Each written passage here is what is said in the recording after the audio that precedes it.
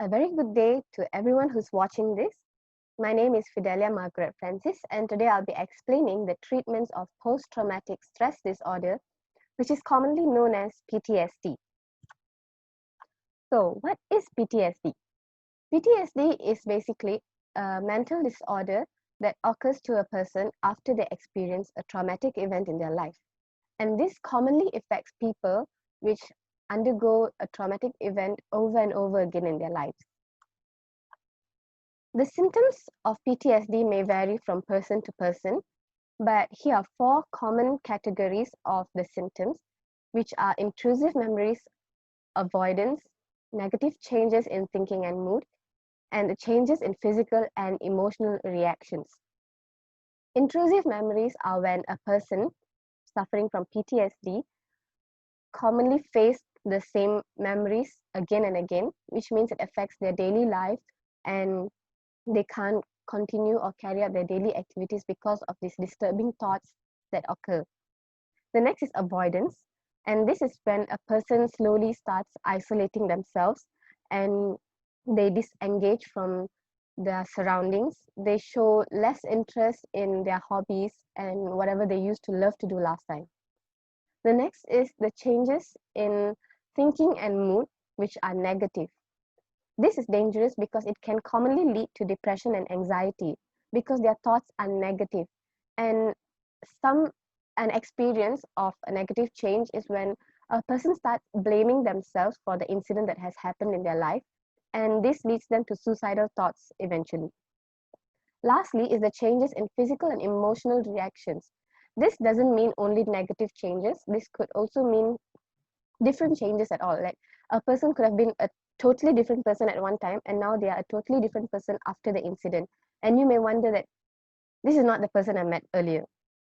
So this could also mean a person can suddenly become violent, a person can suddenly show angry behaviors, and suddenly they may flip to someone who's really quiet, someone who's isolating themselves. So what are the ways we can treat PTSD?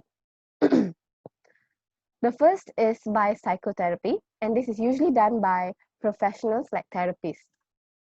The first way is through a cognitive behavioral therapy, which is known as CBT.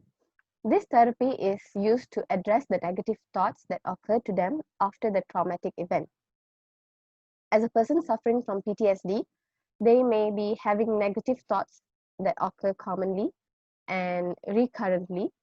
So instead of addressing these thoughts, what these people do is that they push away these thoughts and carry on with their daily activities. And this is quite dangerous because once a person pushes away these kind of thoughts, the thoughts can come back to them again and again, but they don't know how to deal with it. Instead, they just push it away, and every time this happens, a new thought comes in and it disrupts them. The next is exposure therapy.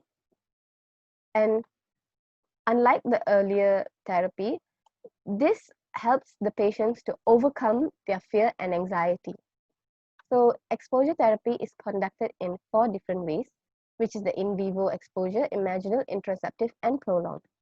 In vivo exposure, a patient is exposed to their traumatic events directly.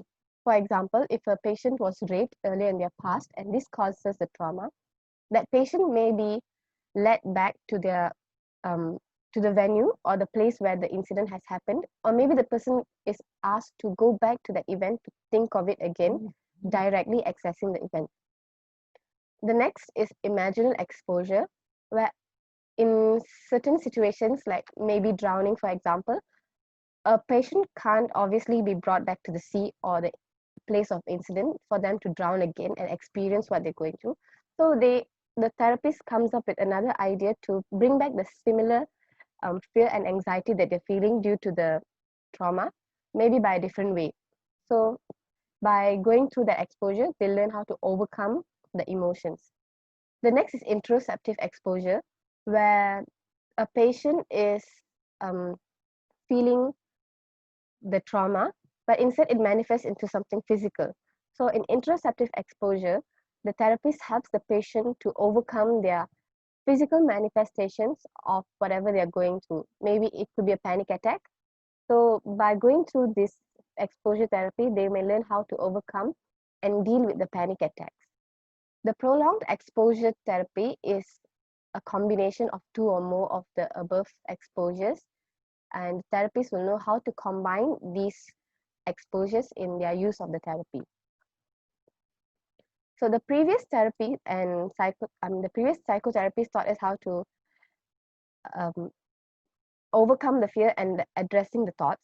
But in this therapy, which is the eye movement desensitization and reprocessing therapy, also known as EDMR, the therapist helps the patient to change how they react to the memory. So maybe in the past, whenever they feel or they remember the certain memory, they tend to think of it as something scary, something that causes the anxiety and depression. But maybe now when they think of it, they know how to change their feelings and the way they react to it. This is usually done in 8 phases, where in the earlier stages, the psychotherapist helps to take their history and assess the trauma. And in the later on stages, which is from phase 3 to 4 onwards, they conduct the EDMR by waggling their fingers or tapping them on something, creating a rapid movement. This could also be done with an object or with their feet, as long as there's rapid movement that's happening. The patient's eyes will be focused on the movement while their brain is thinking of the certain trauma that has happened to them. And in the last few stages, which is stage 7 and 8, is the prognosis part, where the patient is allowed to heal and they assess the situation after the treatment. Next is medication, and medication is usually not opted unless the psychotherapy is not working on the patients.